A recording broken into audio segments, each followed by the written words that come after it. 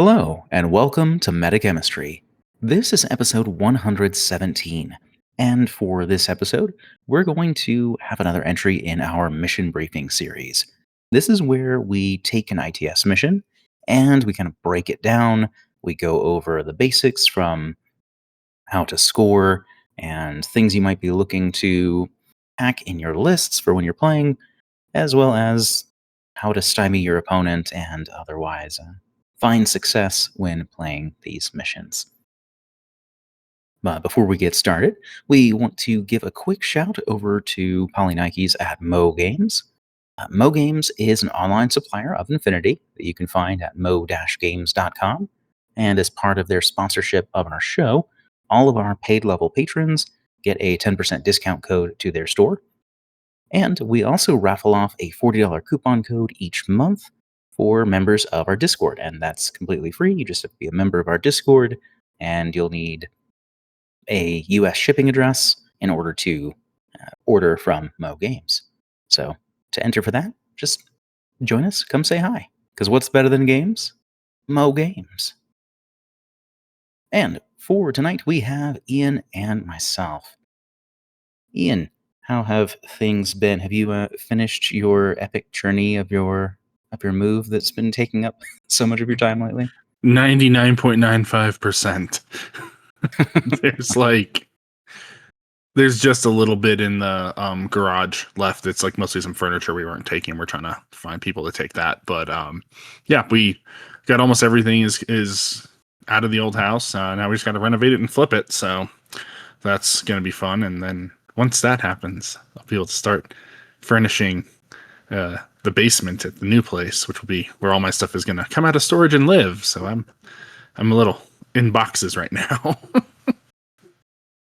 I mean, while I guess that's technically true of the move portion is almost all done, that does not feel like an almost all done project if there's so much renovating left. No, God, no, there's so much left. But yeah, it is what it is. Real estate and home ownership and all of the things that go along with it, it is quite a thing at times. So, yeah. Yep, that's fair. But what of your gaming endeavors? Like I said, I know that a lot of your time ends up getting taken up, but have you been able to get some other stuff done lately?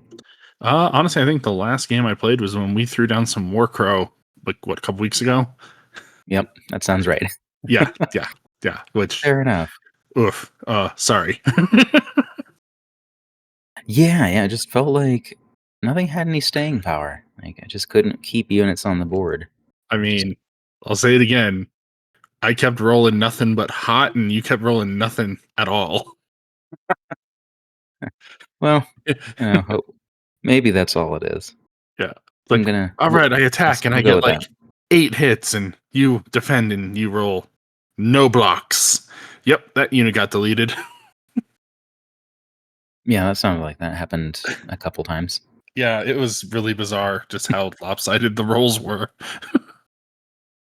Yeah, like I said, I don't feel comfortable enough with the game to really have a good idea of probabilities of the dice and whatnot, considering it's not your typical numbered outcomes in the same way. Yeah. But yeah, it didn't feel like much was going on. I'm just having a number of games under my belt. That was a unusual spread. Fair enough. Well, thanks for trying to keep my ego intact. Okay. Otherwise, I have been getting some Infinity in. I got a couple games in this last week.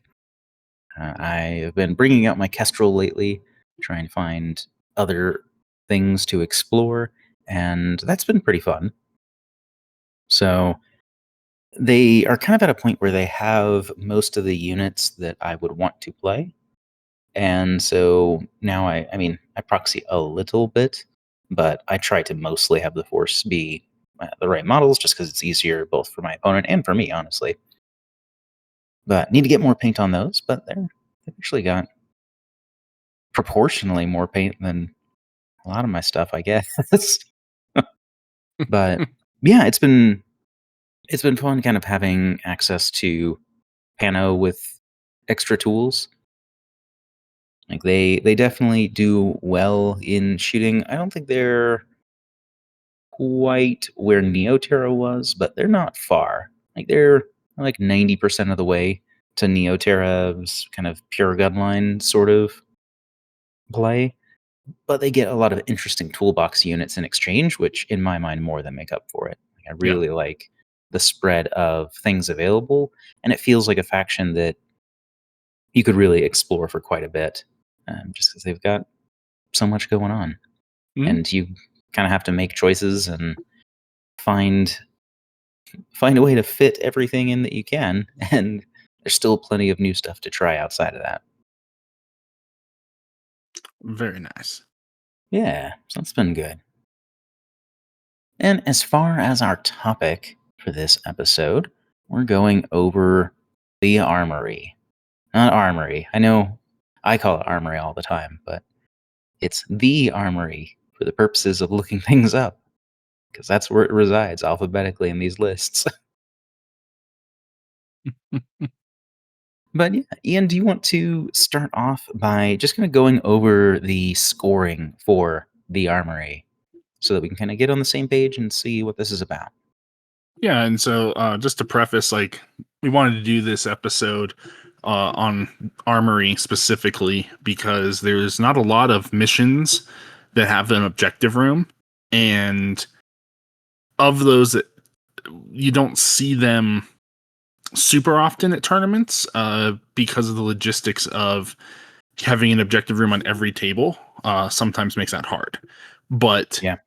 they're good missions, and when they do pop up, they definitely take a little bit of a different mindset in order to play them. So this is the original, the OG of the objective room missions. So yeah, we wanted Yeah. to go ahead and cover that. But anyway, as far as scoring for the mission, so the objective room is in the center of the board, and it has two panoplies in opposing corners of that objective room. And at the end of each game round, if you dominate the armory, you get 2 objective points.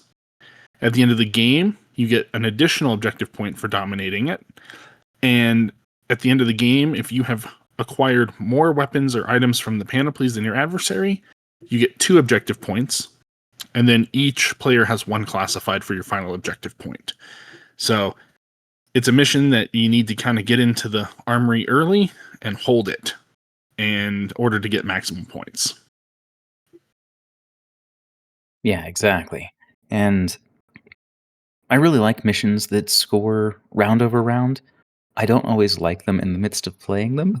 Sometimes it's like, oh, I really wanted to kind of sit back and, be a little bit more cagey, but I can't do that. But I conceptually like it. And I think it's good for the game to have missions like this where it kind of forces you to stay engaged and continually, act on the board. Mhm.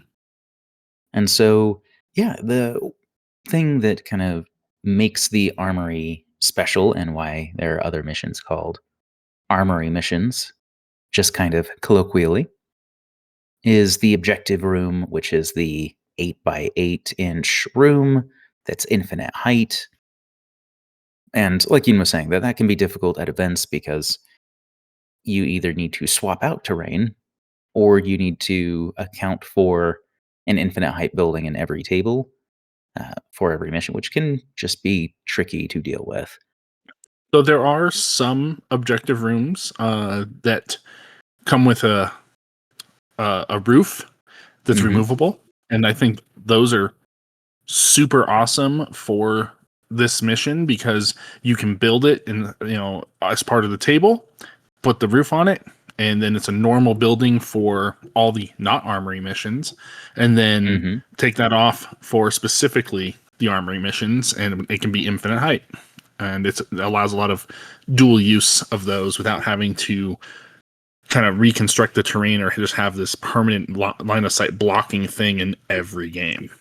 Yeah, absolutely. And yeah, it can still be a little tricky because a lot of times it's still roughly the height of the first story building of a given table. Mhm. And so it can open up a lot of unintended line of sight, but it is definitely more usable than those that have nothing at all. So, yeah, other things that are kind of notable about this mission is that each facing of the armory, on the center of it, on the center of each facing of the armory is a narrow gate, meaning you have to be silhouette 2 or smaller to go through. And they are closed doors at the beginning, and a specialist can open the armory gates, but when you open the armory gates, all of them open up on all facings. So that way you can't, if you get to the armory first, your opponent kind of gets a little bit of a leg up since they don't have to actually try and operate the doors. And there's also an exclusion zone, which is notable for a couple reasons. One, so you can't deploy right next to a door and open it immediately, though you can usually get fairly close. This is a 16-inch band across the table, 8 inches off of either side of the center of the table. And so a skirmisher can still get there typically, terrain depending, but you can probably get to the closest one facing your side, at least. And then beyond that, the panoplies that are inside, you would activate those with any trooper. You don't have to be a specialist. And passing a whip roll, you can roll on the panoply chart, which is effectively the booty chart. It is, as I believe it's completely the same. I don't know of any differences off the top of my head, at least. Yeah, I believe it is identical. But yeah, and one thing that will come up occasionally is that models that have booty don't have to roll, and they just make the short skill and pick something up out of the panoply, which is kind of fun. Yep. Especially with the state that some of the bounty hunters in the game are in right now. Oh yeah. They're around.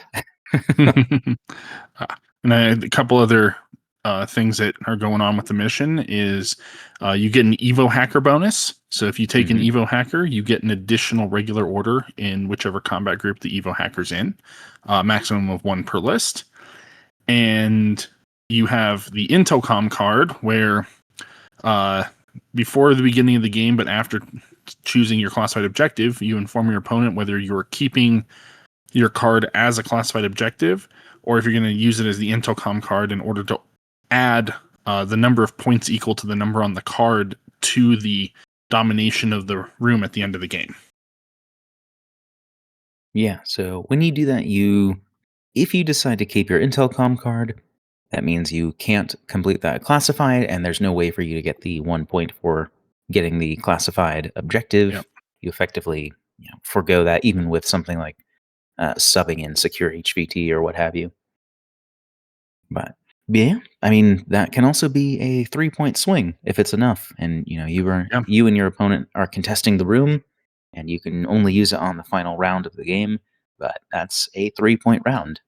Because what is it? If you pull like Predator, it's worth like 20 points, and you just go, Yeah, cool. Now you do have to have a trooper in the room, right. but you can just be like, okay, you're going to add the points value, and so it's something to consider. Um, if you think you're going to be able to get enough objective points without your classified, and especially if your classified is say 15 to 20 points, it's definitely something to consider because I've seen that Hmm. swing games where this rule is in effect. Yeah, absolutely. It's one of those things that, particularly amongst players that are a little bit more knowledgeable and have an idea of cost of units that are in an area, you know, that can be a big surprise if your opponent ends up dropping an extra, 10 or 20 points in the room when you were pretty certain that you outpointed them, but only by a little bit. So, but that said, that kind of lays the groundwork for what we're going to talk about. That is what the armory is. But how is the armory? So, Ian, what are some things that kind of initially come to mind in terms of either maybe general list structure or even particular units or equipment or what have you on certain units that springs to mind in terms of this is what I'm going to want for this mission? War bands. Sure. Yeah. Lots of them. And what I mean by that isn't necessarily that it has to be a war band, but generally Hmm. something that has a high fizz, decent CC, and preferably a template weapon are the things Hmm. you want to pack into into the armory, because it become very difficult for your opponent to dig out between good dodge, template weapons if you just want to make them eat hits coming through the doors, or Hmm. just out CCing them after you dodge into them. It's can be very difficult to deal with unless you also have a high CC character with a good dodge kind of thing. Like, it's probably amongst the best things you can get into the room. Um, that said, I will say that probably the best thing that you can get into the room, period, is the dog warrior. But you got to get him in there in human form and then have him take a wound to Hulk out. But then he's a nightmare to deal with because now you're stacking Yeah. immunity arm on top of everything else. Yeah, and that was kind of something I was thinking is that immunity armor or immunity enhanced are really potent specifically for that reason because you're going to see things like close combat specialists who rely on ammo type over weight of dice typically, Mhm. but also helps if there are flamethrowers that are coming into the room.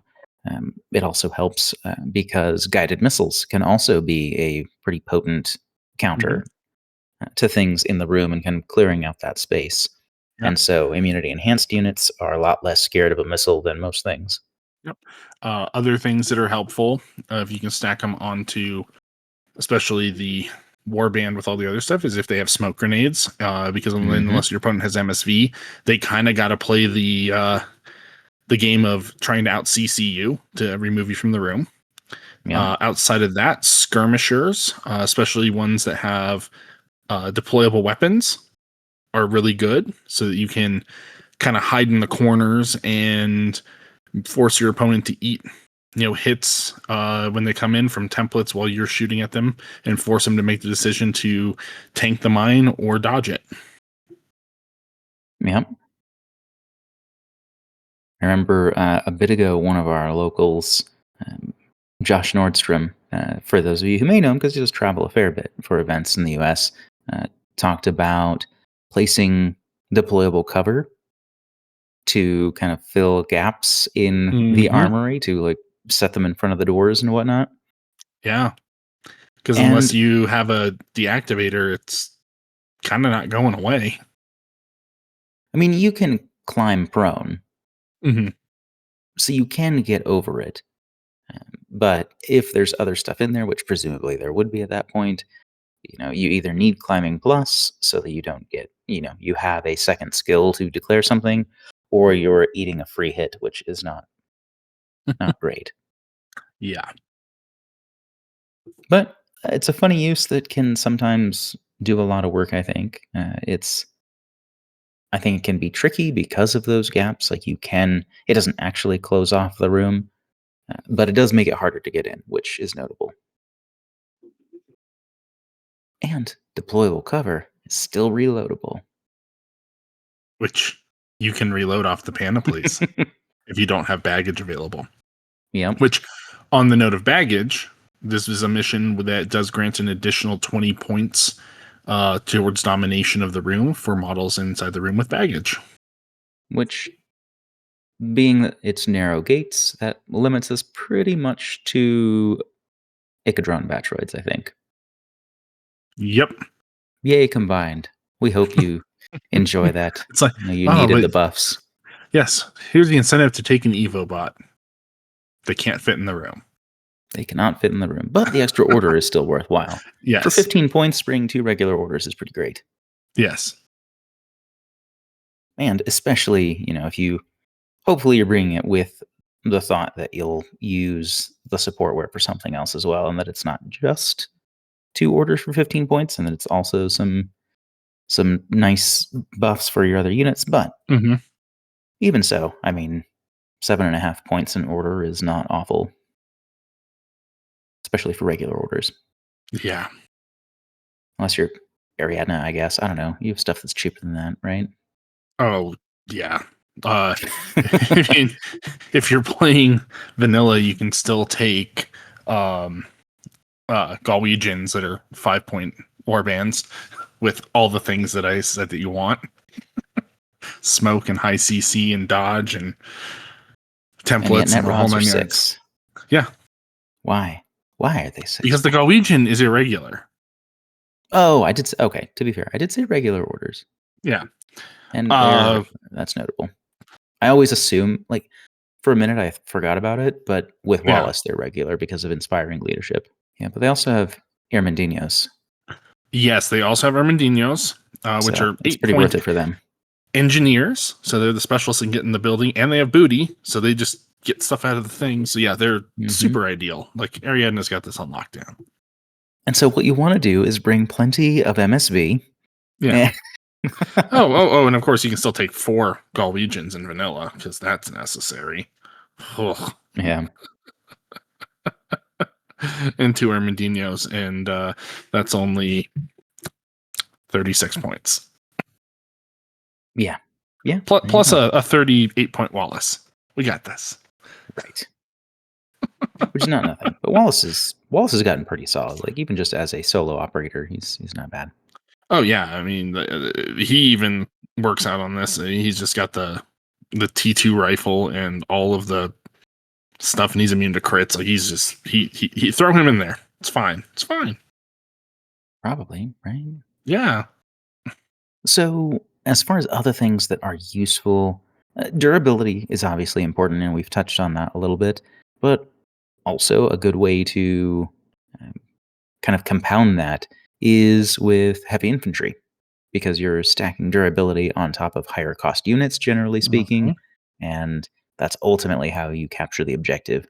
Yep. Ideally, you just want to clear your opponent out, but that's not always possible for one reason or another. And so if you can just place more in the armory value wise, then that is what's going to score you in this game.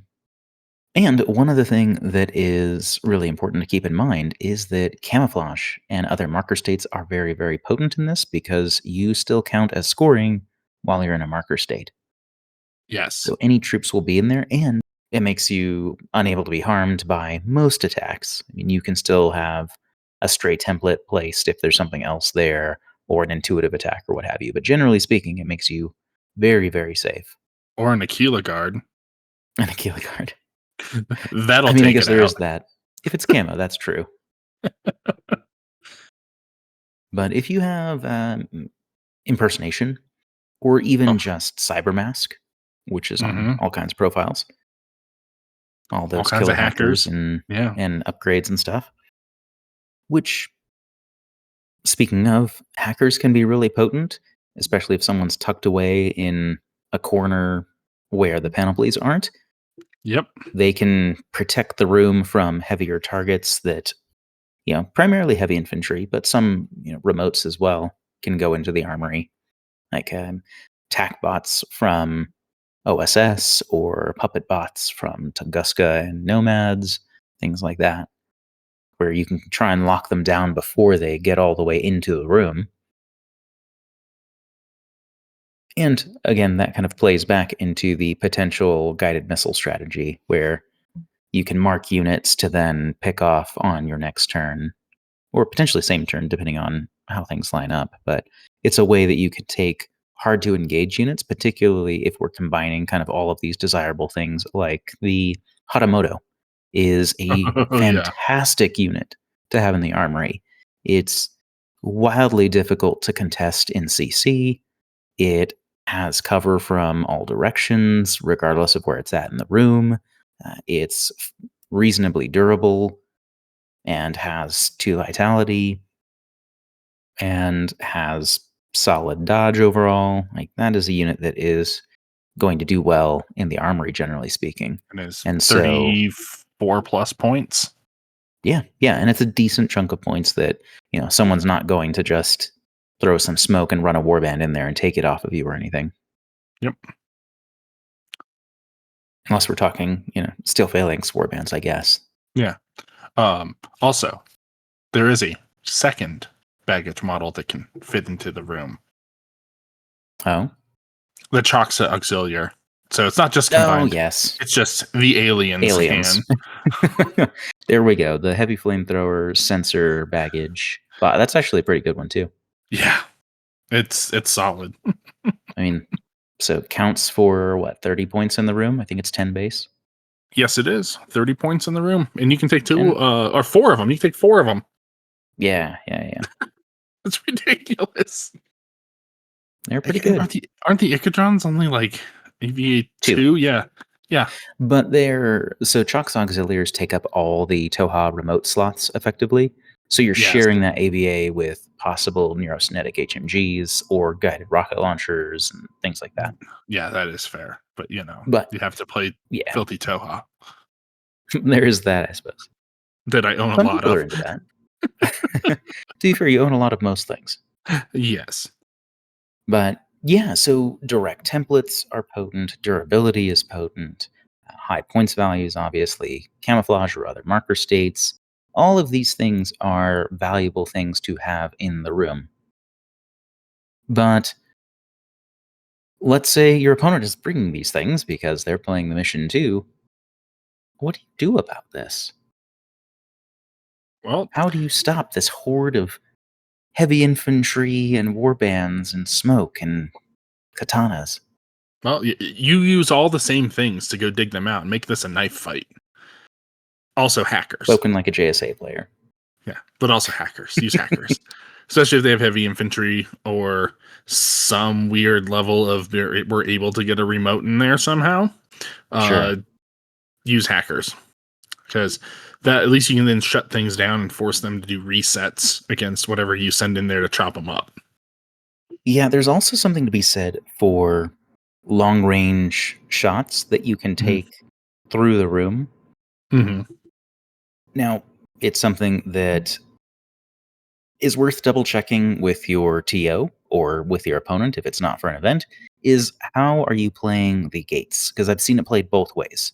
I've seen it played where it's played how we often play buildings that have playable interiors, where you can shoot into one side or out from one side, but you can't shoot through more than one pane of a building. But I've also seen plenty of times where the armory does not follow that, and if you have line of sight through both sides, you have line of sight through both sides. Mm-hmm.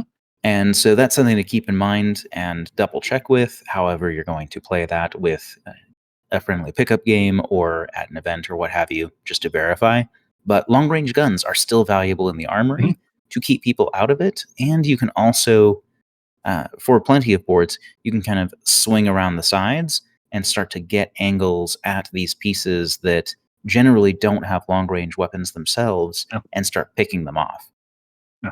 Well, and even if you're playing into or out of but not through, if you have somebody with a sniper rifle or HMG or something that's parked, they can see in the door directly in front of you, and your opponent moves into the doorway on the opposite side, you still get a shot at them, and they don't get cover. If they come into the door, fully into the doorway to get into the room, you're going to get them out of cover. Right, and so that can make it a very dangerous prospect, and that kind of leads back to the, it's worthwhile to have an MSV gunfighter if you can swing it. Yep. Different factions will have different access to that, of course, but smoke is one of the ways that you're going to see people get into the room, and bear in mind that there are other forms of visibility control, like disco ballers, which at that point you can't really do anything about the disco baller immediately, or white noise, in which case, try and have multiple units watch the room if possible. Even if you can just see one side of a room and something on the other side of the room and something looking from your door, and your line of sight stops at the enemy door, that's still covering the whole room. Mm-hmm. And that just makes it more order intensive to do and less likely that your opponent is going to actually accomplish taking the room from you. It can still be done, of course. Again, like we said, disco ballers or eclipse or what have you, will ultimately kind of stop all of that. But they have to land it, and they have to get in there, and they might have to land multiple, depending on how much coverage you can get. And so, yeah, just watching the perimeter of the room can go a long way as well. It's not all about the brawl inside the room, or it doesn't have to be. So, any other particular ways that you would think of to kind of hinder your opponent in terms of foiling their game plan? Like, obviously, they're trying to do what you're trying to do. So, how do you not let them do that? Yeah. So get there first if you Sure. can. So this is the one of the ones where you get like that debate between going first and going second, because Hmm. this scores end of round and then end of game. So there's obviously an advantage in going second in that you can have the last word on that scoring every round, which is awesome. Hmm. However, uh, there's also something to be said about going first and force being the first one in there to force your opponent to dig you out, controlling the narrative as it were in this situation. Uh, it can be very useful to just get in there early, start mining things up, or whatever you got to do. Make it so Yep. that it's hard for them to get in, and just kind of keep ahead of where they're at. So I like doing that one a lot. Um, but that said, going second is really powerful. There's also the fact that if you're going second and your opponent rushes for the room, they're the ones spending orders on opening it. Hmm. Sometimes more than one order on opening it. Yep. And you get the benefit of that. So you get to just kind of go in without having to deal with any of that stuff. Um, Another way, and this is going to be specific to uh, season 16, the border skirmishes. So this has a exclusion zone, but the border skirmishes, it'll allow you to do your uh, combat jump. Combat jump and parachutist and Yep, yeah, all that into the AV stuff. exclusion zone. So yeah, so that's a fun one where you can then just have somebody right there. Now, this is a one where it could be useful on your side of the board for just being able to place it right outside the room to be able to spend another order and basically be in the room or right into the doorway. But it's also useful to put it on your opponent's side of the board as a speed bump that they have to overcome if you're able to get it down without them getting free shots at it. Yeah. Yeah, I agree that you can really take advantage of border skirmishes for this mission to make things pretty tricky potentially. And there's not every drop troop is going to be great for this, but there are definitely some good ones, both to kind of fend off your opponent and keep them outside the room, as well as things that are just happen to be pretty good in the room themselves. Like Yeah. Raoul Spector comes to mind. He's pretty content to go beat people up in the armory. Being able to also, if you're using parachutists, walk somebody on the side, like, well, you're still just as far from the armory as you would be coming in from your deployment zone. The angle could be important if through one or two orders you're able to bring a weapon to bear that can see somebody that's already in the armory from one of the side doors. Hmm. Because a common way to play this is if you get somebody in the armory and then you kind of push forward to the corner that's near your opponent's deployment zone to make it so that it's harder for them to get an angle to dig you out without having to come into the room.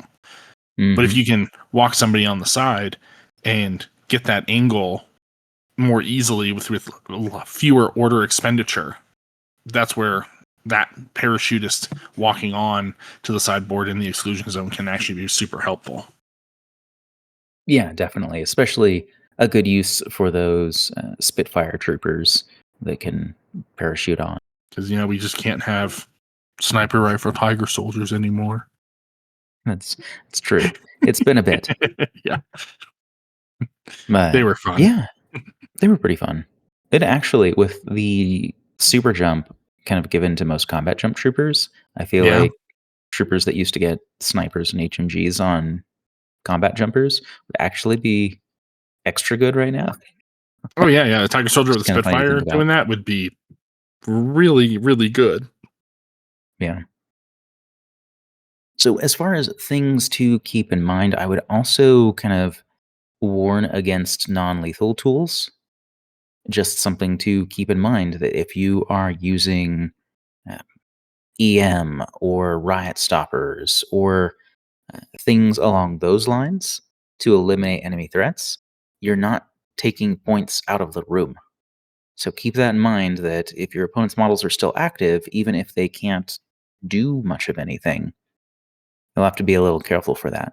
Not to say that those weapons don't have a place, they can still be useful.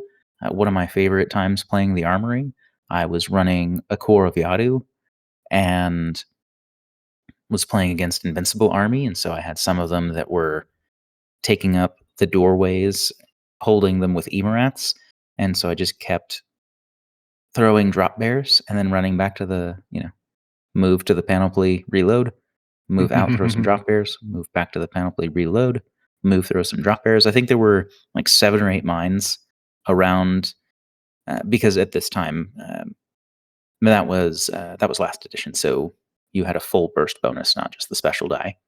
So Mhm. you could throw 2 of these at a time, and both of them actually could land.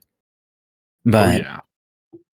but yeah, so they definitely still have a place, particularly if you can stop people outside of the room, or if Mhm. you can stop them inside the room and immediately capitalize on them not being able to defend themselves and get rid of them Yeah, that way. But absolutely. if they're sitting there, that's a problem. You have to prioritize taking the extra orders to actually take them out. So, and I want to kind of go back to a point that Ian made about initiative. I think that that's an important thing to consider with any mission, really, and that there are a number of things that kind of go into that decision process. Um, Maybe what faction you're playing, what faction you're playing against, the combination of both of those, what the table looks like, and then, of course, the mission itself. And so, to at least answer part of that for the mission itself, I think we know that Ian and I contrast a little bit in this way, that I'm generally more content to go second so that I have more control over objectives. And Ian generally is going to go hard, go fast, and show no mercy. That's not it. Strike hard, strike fast. Yeah, there we Yeah, go. strike hard, strike fast, no mercy. Yep. But sometimes I play against type, It's true. and it has won me major games before. For sure. Yeah, there's something to be said for taking a measured approach. Mhm. It's the But Ariadne in me. Bum rush and yeah, smash. there it is. We're not supposed to have explicit content on the show, by the way. Hey. Never mind. Moving on. But yeah, I think that which Ian mostly I think hit the major points as far as that goes is that with going second, you are a little uphill in terms of gaining control of the room because typically your opponent is going to get forces in there because they kind of have to if they want to score.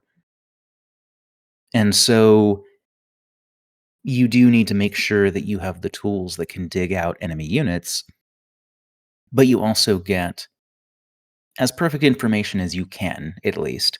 Now, not everyone, in fact, I doubt anyone has encyclopedic knowledge of the points cost of every model and every I mean, loadout and all that. there's somebody, there's that one guy somewhere. Maybe.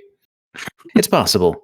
But I would say that you're typically not going to run into opponents that are perfect with that.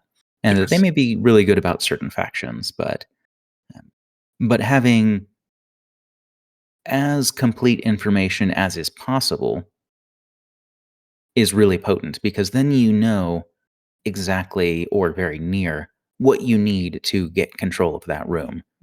Like, all right, well, there's a heavy infantry and 2 light infantry in there, and I know they're about this much, and so maybe that's 60 points or so. These are just ballparking, not based off any particular units. Like, all right, well, I know what I need to get in there, and then I can focus. Do I need to spend coordinated orders to move multiple things up? Do I need to get my whole fire team in there, or can I manage just getting a unit or two or what have you? It gives you the best chance to say what the scoring is going to look like at the end of each round. And with Armory being essentially the entire mission is mutually exclusive scoring, anything you get are points your opponent is not getting. The only thing that both players can score on simultaneously is they're classified. Yeah. It can be a wide swing.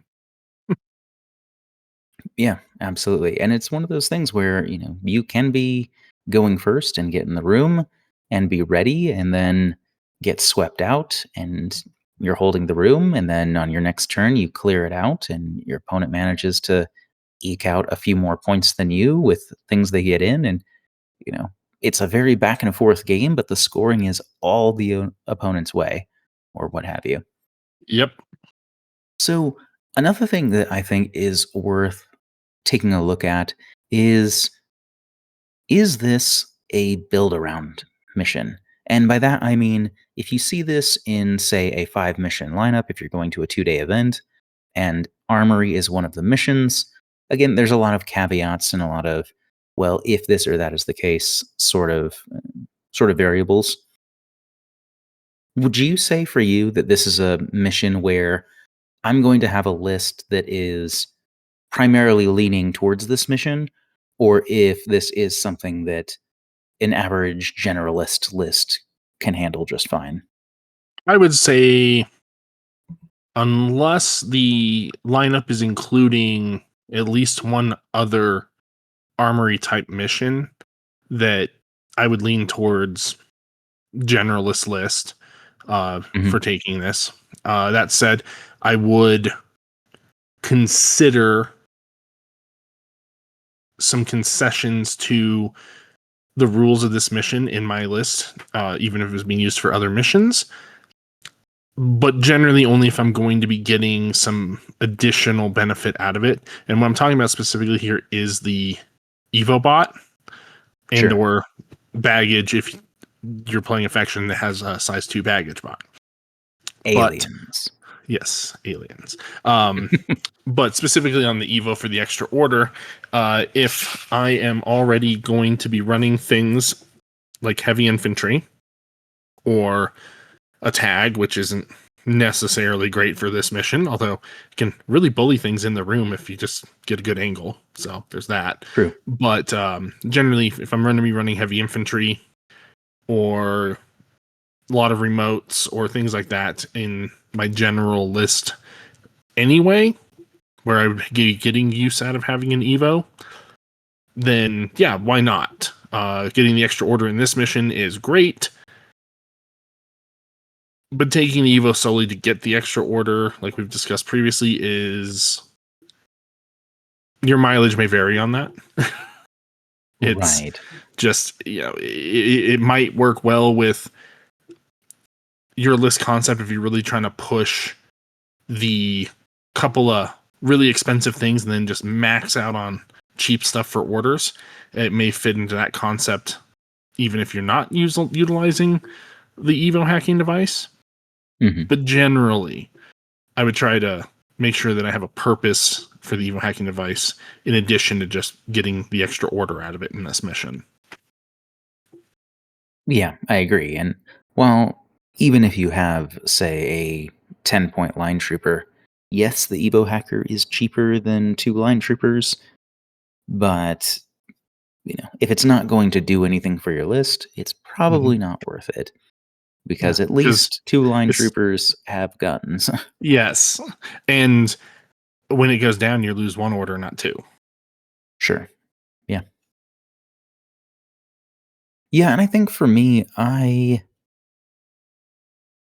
would say that it is a little bit of a build around for me because of the factions I tend to play. I tend to play factions that don't have a significant amount of CC punch, and so I kind of have to rely on guns to clear out the room. Now, that's not exclusively the case. And for reference, I'm talking about like OSS, for instance, but even they have like Dawan now. Down one attack bots are pretty great for this. Yeah. And Kestrel has like the Crux Knight, or Tunguska has Raoul Spectre, or Perseus, or Zellenkriegers, and stuff like that. So there are options in the factions that I generally play. Those three are the current rotation in my bag. I keep 3 sectorials in, and that's what I've got right now. I mean, also what we're talking about with the combat jump troopers at Garuda. Yeah, Garuda can get there real fast. Yeah, that one's terrifying. Oh yeah, I'm gonna place it here, and it's gonna be in the room and still shooting in one order. Yep, it's true. Thrusters, go! But yeah, I would say that it's more commonly a build around for me because I might have a small splash of those sorts of things, but they don't tend to make up a bulk of my list. Like I might have 1 or 2, maybe. And this mission can kind of benefit from more than that. So all other things being equal, like there's not any other real oddball missions or things like that, I would generally want to build for this as opposed to some of the other missions in a lineup. But again, like I said, that these are a lot of things that just really depend on how you play, what you play, what your opponent's playing, etc., etc. But it is different than many missions, and it's one of those where I can see some people kind of talking about how it might not favor long range weapons because of this 8x8 infinite height building. But there are still good lanes you can typically get, again, on the sides or as you circle around the building. Because the main thing you want to deal with is shooting into the building. But if your opponent is playing similarly, you may have to clear out arrows from their deployment zone that are firing in at your troops trying to enter. So long range guns definitely still have a place. And so, with that, I think we are just about ready to transition over to our final thoughts on the Armory. But before that, I just want to say thank you to our patrons who support us on Patreon, which, if that's something that you are interested in doing, you can find us on patreon.com/metachemistry. And for those who are able to financially support us, we try and come up with some benefits to show our gratitude for that. Things like early access to episodes, final voting on polls. You have some private areas on our otherwise free and open community Discord, and things like that. Now, you don't have to be a paid member. We do have free Patreon memberships set up. And basically, what that does is that lets you keep track of what we're doing. And that's another way that we show off our releases. So you can see when we're putting out episodes. If you keep track of those, you can look at the early access episodes and see what our next topic's going to be before it comes out. So there's that too. But we also put those on our Discord. You can find us on Facebook and on Reddit. And we also are playing these on YouTube. So whatever is easiest for you, you can kind of find a way to get back to us there. And as far as our Discord goes, that's kind of the best way to reach out to us directly. So if you want to come by and be a part of our community, we'd love to have you. Our Discord link is in the show notes, as always. And there's all kinds of Infinity talk going on, whether that be, the latest FAQ, or talking about lists, or showing off sweet terrain, or painting projects, or all that kind of stuff. And it's also a good way to give us feedback.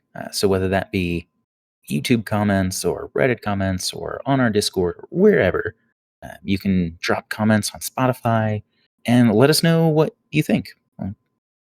Did you have some interesting tips on the Armory that we didn't cover, or do you think that we said some stuff that's just flat out not the case? Well, let us know, and we'd love to chat about it, and we can all learn together. So, with that said, Ian, final thoughts on the Armory. It's a fun and interesting mission that I don't think gets played enough due to the aforementioned logistics of having armories on all the tables at a big Hmm. tournament. But when it is, I said it's fun. It's a little bit of a different challenge from a lot of the other missions. Quite a number of the rest of the mission set can be played kind of interchangeably with kind of any list. It might little variations based on specifics, but it's like, am I dominating quadrants? Which variation of dominating quadrants am I doing? Am I Right. killing my opponent? Which variation of killing my opponent am I doing? You can get a lot of very similar generic kind of lists that'll do well in those. And Hmm. while I do think that you can do well in with those lists in Armory, it's the specifics of how you play Armory that I think kind of sets it apart. Of it's the getting in there, it's the holding it, it takes a little bit of a different thought process, kind of similar to like looking at say Biotech 4, where you can't have cheerleaders in the back unless you want to lose them. So you gotta think Right. differently about how you're gonna play that list. I think it's very similar for Armory, and Hmm. I'd like to see more people play it. Now, then there's also a super, super fun one that's called Panic Room, and it's Armory with Biotech 4 mixed, and it is Right. ridiculous. Yeah, Panic Room's kind of wild, but that is a topic for another day. Oh, yeah. So yeah, I definitely agree. I think that Armory is a fun mission. I think that it is kind of an exciting mission to play. One, because it draws you into the action just kind of organically, albeit kind of a battle royale game style interaction where everybody's racing to the middle. But also the panoplies can do some really fun stuff, and you can just have really great stories of, oh yeah, remember that one time my Asura pulled Mim 6 out of the panoply? That was awesome for me, not so much for you, but but it's one of those games that makes for really fun stories, and there's just a lot of excitement there in terms of, we're all fighting in confined quarters. There's random guns and tech being thrown out at everyone from the panoplies. And yeah, and it's really one of those kind of situations where you can have a come from behind victory where, somebody is going second and they manage to, run up around to the door and they make a dodge roll on a 10 and they dodge into the room and it's enough points to Yep. take the room over. And Definitely done that a few times. yeah. So yeah, it's a great mission. I I know that there are definitely times where I've seen some events, particularly it was Arizona Armageddon that just did an Hmm. armory set where they played 2 or 3 armory missions Yeah. in an event, which I think was really cool. So, it is fun to see. But yeah, just to kind of keep track of the things that you're looking for, ideally things that can hang in CC, visibility control, ways to counter visibility control, and direct templates. Those are good things that you want to keep in mind.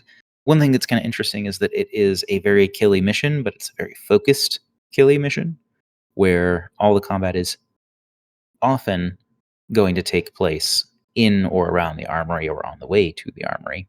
Yeah. Oh, but there's a downside though.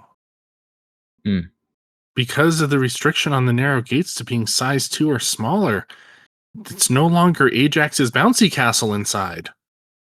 I do miss that. I do miss Yeah. Ajax being able to crawl his way into the room and then get up and start swinging the hammer.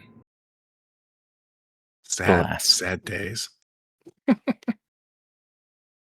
we'll have to settle for new Eudoros, who's just not as cool. Yeah. But yeah.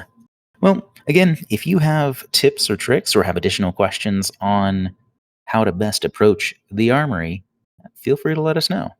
But on behalf of Metachemistry, This has been Devin. And Ian, and that's the meta.